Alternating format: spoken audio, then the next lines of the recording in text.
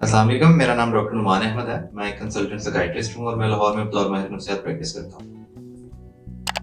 इससे पहले की एक वीडियो में मैंने साइकोटिक डिसऑर्डर्स के बारे में एक जनरलाइज्ड ओवरव्यू दिया था। साइकोटिक डिसऑर्डर्स अमूमन उन बीमारियों को कहा जाता है कि जिनके अंदर ऐसी अलामात आना शुरू हो जाती हैं जिनका हकीकत से ताल्लुक नहीं होता। ऐसे रवैये पैदा होना शुरू हो जाते हैं जो आम तौर पे उनकी शख्सियत का पार्ट नहीं होते और जिनको कोई दूर से देखने वाला या पहली दफ़ा देखने वाला शख्स जो उनसे उनका रिश्तेदार ना हो या उनके साथ रहते ना हो तो उनको देखने में वो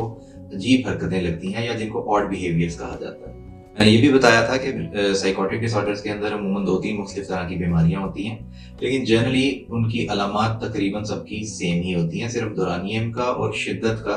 कुछ ना कुछ फ़र्क होता है। आज मैं इस वीडियो में बताऊंगा तफसील से कि क्या अलामात हैं या क्या सिम्टम्स हैं जो साइकोटिक डिसऑर्डर्स के अंदर आती हैं और क्या सब टाइप्स हैं जिनमें साइकोटिक डिसऑर्डर्स को क्लासिफाई किया जाता है। पहले अगर मैं बताऊं सिम्टम्स के बारे में, तो अमूमन जो साइकोटिक डिसऑर्डर्स की सिम्टम्स हैं उनको 3 तरह की अलामात में क्लासिफाई किया जाता है या कैटेगराइज किया जाता है। सबसे पहले नंबर पर जो अलामात आती हैं वो पॉजिटिव सिम्टम्स कहलाती हैं, यानी मुस्बत अलामात। दूसरे नंबर पर जो आती हैं उनको नेगेटिव सिम्टम्स कहा जाता है, यानी मनफी अलामात। और तीसरे नंबर पर कॉग्निटिव सिम्टम्स आती हैं जिनको हम आम जबान के अंदर अपनी जहनी अलामात कह देते हैं। पॉजिटिव सिम्टम्स को पॉजिटिव सिम्टम्स इसलिए कहा जाता है क्योंकि ये वो अलामात हैं जो इंसान की शख्सियत का पार्ट नहीं होते और जब बीमारी पैदा होती है तो उसके साथ उनकी सोचों में और रवैयों में वो चीज़ें आना शुरू हो जाती हैं, जैसा कि डिल्यूजन्स। पहले मैंने जिक्र किया था कि डिल्यूजन्स ऐसी अलामात को कहते हैं या ऐसी सोचों को कहते हैं कि जो हकीकत के मुनाफी हों, गलत हों, लेकिन जितनी मर्जी उनके खिलाफ एविडेंस दी जाए पेशेंट इस बात को मानने के लिए तैयार नहीं होते। और ये अमूमन वो सोचें होती हैं जो हमारी एजुकेशनल बैकग्राउंड, कल्चरल बैकग्राउंड के भी मुनाफी होती हैं और गलत होती हैं, जैसा कि शक शुबे की अलामात इनमें शामिल हैं। दूसरे नंबर पर जो पॉजिटिव सिम्टम्स आती हैं उनको हेलुसिनेशंस कहा जाता है। हेलुसिनेशन से आम मुराद गैबी आवाज़ों का आना या गैबी शक्लें नज़र आना, यानी कि अकेले बैठे हुए को कानों में आवाज़ें आना और उन आवाज़ों का ऐसे ही सुनाई देना जैसे कि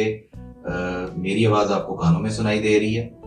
और उस पर इस हद तक यकीन होना कि वो मानने से इनकार कर देना कि वो आवाज़ें या वो शख्स वहाँ पर मौजूद नहीं है लेकिन फिर भी उनकी आवाज़ें आ रही हैं। तीसरे नंबर पर जो पॉजिटिव सिम्टम्स आती हैं उनको वो बिहेवियर की होती हैं जिनको डिसऑर्गेनाइज या बिजार बिहेवियर कहा जाता है। अमूमन ये पेशेंट्स अकेले बैठे खुद से बातें करते रहते हैं या अकेले बैठे हंसते रहते हैं,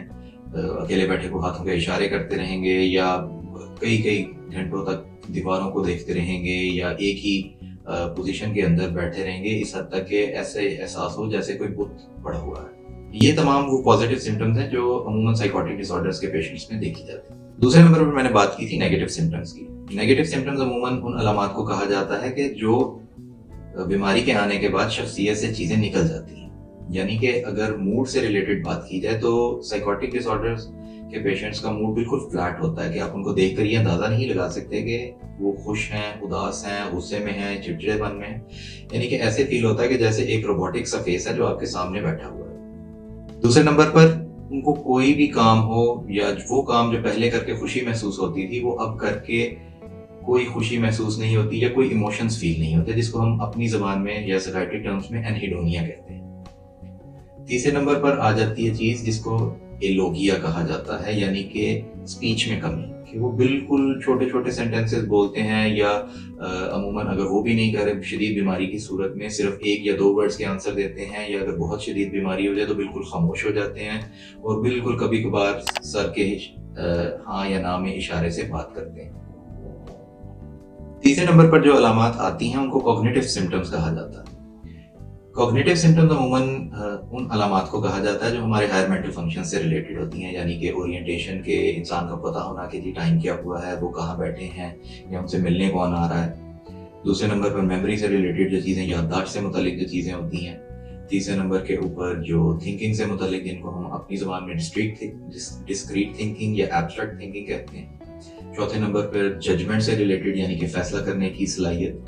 और चौथे नंबर पर पाँचवें नंबर के ऊपर और पांचवें और आखिरी नंबर के ऊपर इंसाइट, यानी कि अवेयरनेस होना कि जी पेशेंट में कोई बीमारी है या नहीं।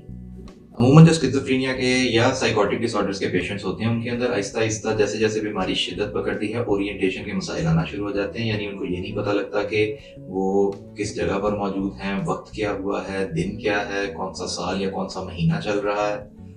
یا اگر بہت شدید طور پر بیمار ہو جائیں تو کئی دفعہ جو اپنے گھر کے قریبی ریلیٹیوز ہیں یعنی کہ فیملی امیڈیٹ فیملی ممبر جن کو کہا جاتا ہے ماں باپ بھائی بہن، کئی دفعہ ان کی پہچان بھی چلی جاتی ہے۔ میموری بہت شدید طور پر افیکٹ ہوتی ہے، جس میں عموماً رجسٹریشن یعنی کہ جو بات کی جا رہی ہو وہ اس کو سن پانا اور سمجھ پانا متاثر ہو جاتا ہے۔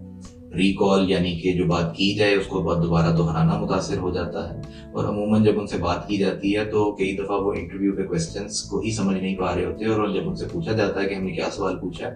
تو وہ اس سوال کو دہرانے سے قاصر ہوتے ہیں۔ تیسرے نمبر پر ایبسٹریکٹ تھنکنگ آتی ہے۔ ایبسٹریکٹ تھنکنگ عموماً کہا جاتا ہے کہ جس طرح ہماری محاوروں کی نالج ہے یا کوئی بھی ایسی نالج جو جس طرح کہ میں اگر ایک بات کر رہا ہوں اس کے ڈائریکٹ میننگ کے علاوہ جو انڈائریکٹ میننگ ہے اس کا، جیسا کہ محاوروں میں دیکھا جاتا ہے، ان کو ایبسٹریکٹ تھنکنگ کہا جاتا ہے، اور وہ کئی دفعہ متاثر ہو جاتی ہے۔ اور چوتھے نمبر پر ججمنٹ، کہ ان کو فیصلہ کرنے میں مسائل پیش آ رہے ہوتے ہیں کہ کون سی بات کہاں کرنی ہے، کہاں کس طرح کا رویہ کس جگہ پہ اپلائی کرنا ہے، یا اگر کوئی دو مختلف چیزیں ہیں تو ان کے اندر کیسے ڈیسائیڈ کرنا ہے کہ کون سی چیز ٹھیک ہے یا غلط ہے، یا کون سی چیز ان کے لیے بہتر ہے یا نہیں۔ اور آخر میں جو ہال مارک سمجھا جاتا ہے جس کو سائیکوٹک ڈس آرڈرز کا، وہ انسائٹ ہے۔ انسائٹ کو عام زبان میں کہا جاتا ہے کہ بیماری کے بارے میں اویئرنیس ہونا۔ سائیکوٹک ڈس آرڈرز کے پیشنٹ عموماً اپنی بیماری سے اویئر ہی نہیں ہوتے، ان کو یہ لگتا ہے کہ وہ ٹھیک ہیں، ان کے اندر کوئی بیماری نہیں ہے، اور جو لوگ ان کو بار بار یہ کہنے کی کوشش کرتے ہیں، وہ خواہ قریبی رشتہ دار ہوں، دوست احباب ہوں، یا ان کے اپنے فیملی ممبرز ہوں کہ آئیں آپ کو ڈاکٹر کے پاس لے چلتے ہیں چیک اپ کے لیے، یا آپ کو کوئی مسئلہ ہے، تو وہ اس بات کو قطعاً ماننے سے انکار کر دیتے ہیں کہ مجھے تو کوئی پرابلم نہیں ہے، بلکہ الٹا کئی دفعہ جھگڑ پڑتے ہیں کہ آپ کیوں بار بار یہ بات کر رہے ہیں، مجھے کوئی مسئلہ نہیں ہے، ہو سکتا ہے آپ کو کوئی پرابلم۔ تو یہ وہ تمام علامات ہیں یا وہ تمام سمپٹمز ہیں جو سائیکوٹک ڈس آرڈرز کے پیشنٹس میں دیکھی جاتی ہیں۔ کس بیماری میں کس طرح کی علامات آتی ہیں، کتنے دورانیے کے لیے آتی ہیں اور کتنی شدت سے آ رہی ہوتی ہیں، ان کے بیسس کے اوپر سائیکوٹک ڈس آرڈرز کو آگے مختلف سب ٹائپس میں ڈیوائڈ کر دیا جاتا ہے۔ عموماً سائیکوٹک ڈس آرڈرز کو 3 طرح کی علامات میں یا 3 طرح کی سب ٹائپس میں ڈیوائڈ کیا جاتا ہے، جن میں سب سے پہلے نمبر پر بریف سائیکوٹک ڈس آرڈر ہے، دوسرے نمبر پہ اسکیزوفرینیفارم ڈس آرڈر ہے، اور تیسرے نمبر کے اوپر اسکیزوفرینیا ہے۔ بریف سائیکوٹک ڈس آرڈر کے بارے میں بات کریں تو بریف سائیکوٹک ڈس آرڈر میں یہی تمام علامات عموماً 1 دن سے لے کر 1 ماہ کے عرصے تک آتی ہیں، اور 1 ماہ سے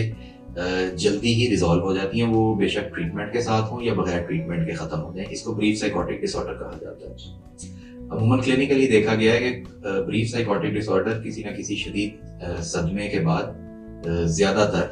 پیدا ہو جاتا ہے، اور یہی وہ وجہ ہے کہ کئی دفعہ بغیر علاج کے بھی مہینے کے اندر اندر وہ علامات ٹھیک ہو جاتی ہیں، اور کئی دفعہ ہوتا ہے کہ وہ علامات 1 ماہ سے زیادہ چلی جاتی ہیں۔ اگر یہ علامات 1 ماہ سے زیادہ عرصے کے لیے رہیں تو اس صورت میں بریف سائیکوٹک ڈس آرڈر کا نام کو اسکیزوفرینیفارم ڈس آرڈر کہہ دیا جاتا ہے، یعنی کہ جب یہ علامات سائیکوٹک ڈس آرڈرز کی علامات 1 ماہ سے لے کر 6 ماہ کے عرصے تک رہیں تو اس کو اسکیزوفرینیفارم ڈس آرڈر کہا جاتا ہے۔ اور تیسرے نمبر کے اوپر اگر یہ علامات 6 ماہ کے عرصے سے بھی زیادہ لمبا ٹھہر جائیں کسی پیشنٹ کے اندر تو اس میں پھر اس کو اسکیزوفرینیا یا عام زبان میں شیزوفرینیا کہا جاتا ہے۔ میں امید کرتا ہوں کہ آج کی ویڈیو آپ کو پسند آئے گی، اور اگلی دفعہ سائیکوٹک ڈس آرڈرز کی ایک نئی ایپیسوڈ کے ساتھ آپ کے سامنے دوبارہ حاضر ہوں گا۔ تب تک کے لیے اللہ حافظ۔